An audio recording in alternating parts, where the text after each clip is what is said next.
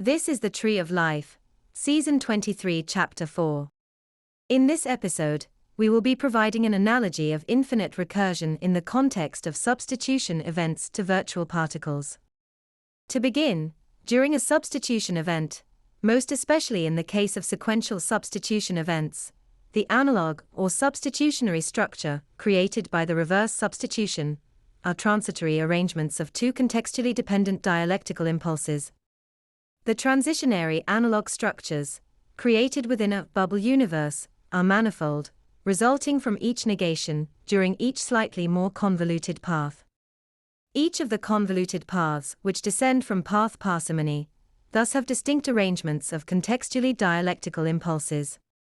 Each of these structures become digital structures at the conclusion of the substitution event, which are chiral opposites of those created in time parsimony. Thus, the boundary of time parsimony and path parsimony is comprised of these structures, which often will still exhibit weak phase linking. This weak phase linking is what terminates infinite recursion, often by consequence of the intervention of the incoming consciousness from the preceding reverse substitution to compel acquiescence. Now, these bubble universes, which are recursive, or fractal, appear whenever there is negation followed by acquiescence, populating themselves with digital structures until phase linking terminates the recursion. Thus, just as virtual particles appear within the vacuum of space, particle and antiparticle, arising out of nothing before annihilating, there is a process behind these virtual interactions. That process is infinite recursion. If you imagine that the analog structure, created in the midst of a reverse substitution event, as a juxtaposition of two dialectical impulses, which are only contextually dialectical, it is possible to see that there is more going on in the occasion of virtual particles appearing in the vacuum of space.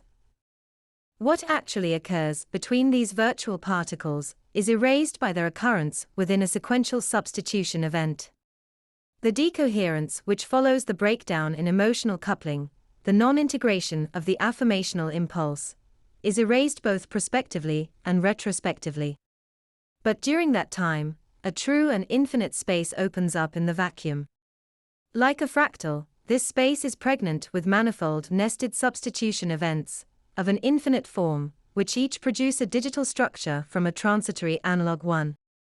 More importantly, we can say that the recursion only ends when there is weak phase linking between the structures at the boundary of that bubble universe and the external universe.